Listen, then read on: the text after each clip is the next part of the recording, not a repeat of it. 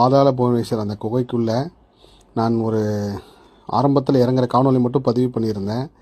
அப்போது நான் சென்ற சமயத்தில் அதுக்குண்டான பர்மிஷன் பெரிய அளவு கொடுக்கல. ஏன்னா ஆர்காலஜி தொல்லியல் துறை கட்டுப்பாட்டில் இருக்கிறதுனால கொடுக்க முடியாதாங்க. அதுக்கப்புறம் திரும்ப அவங்ககிட்ட அனுமதி வாங்கி அங்கேருந்து எடுத்த ஒரு காணொலியை நான் இப்போ பதிவு பண்ணுறேன். இந்த வழியாக தான் நாங்கள் போனோம். இப்போ நீங்கள் பார்த்தீங்க பாருங்கள், ஆரம்பம் எவ்வளோ கடினமான இருந்துச்சோ அதை விட இன்னும் உள்ளே போக போக கடினம். அதுவும் இந்த பாதை பாருங்கள். இப்போ நீங்கள் பார்க்குறது அந்த இதில் சாஞ்சி படுத்துட்டு தான் போய் ஆகணும். அதுக்கப்புறம் நேராக இது கீழே இறங்குற இடம். இந்த இடத்துல இறங்கினதுக்கப்புறம் இது மேலே பாருங்கள். இந்த வழியாக தான் நம்ம உள்ளே வந்திருப்போம். இது படுத்துக்கிட்டு தான் போகணும் இந்த வழியில். கிட்டத்தட்ட இந்த இடம் வரப்போ உங்களுக்கு ஆக்சிஜன் இல்லை, மூச்சு சுவாசிக்கிறது கஷ்டம்னு சொல்லி நீங்கள் உணர்ந்துருவீங்க. இப்போ இந்த இடம் பார்த்தீங்கன்னா இந்த ஐராவதம் சொல்லி கிட்டத்தட்ட இது 5 தலை நாகம் இருக்கிறது அந்த இடம். இதான் அந்த ஹோம குண்டம் வளர்த்தது. இதில் அந்த வாசுகி பாம்பும் எவ்வளோ எல்லா பாம்புகள் அழிஞ்சாலும் இந்த ஒரு சில பாம்பு மட்டும் அழியலைன்னு சொல்லுவாங்க. அந்த வாசுகி பாம்பு அந்த இருக்கிற இடம்.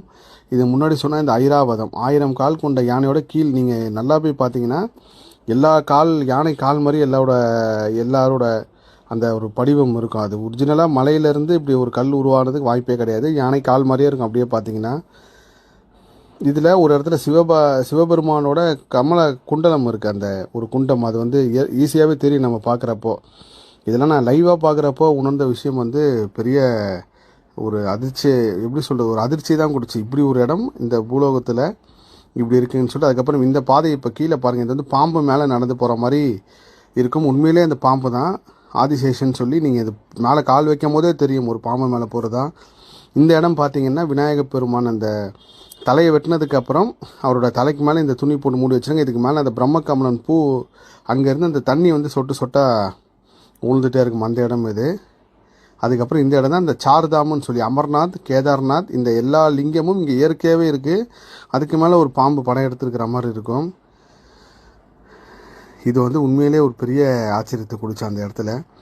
இது அந்த தலை மூடி வச்சுருப்பாங்க அந்த விநாயகர் பெருமான். அப்புறம் இந்த பாதை பார்த்திங்கன்னா இதுதான் அந்த காலபைரவரோட நாக்கு. அங்கே ஒன்று தெரியுது பாருங்கள். அது அந்த காலபைரவ நாக்கு. இதுக்கு மேலே உள்ளே போகிறதுக்கு ஒரு யுகங்களுக்கு முன்னாடி போயிருக்காங்க. அதுக்கப்புறம் யாரும் போகல. இது பாதாள லோகத்தோட தலைவி அவங்க சிலை. இதுதான் அந்த தர்ம பாதை, புண்ணிய பாதை, பாவப்பாதை. இது பாவலோகம்னு சொல்லி ராவணன் மரணத்துக்கு அப்புறம் இந்த லோகம் மூடப்பட்டதாகவும் ராமன் கைலாயத்துக்கு போனது இந்த வழியில் தான்.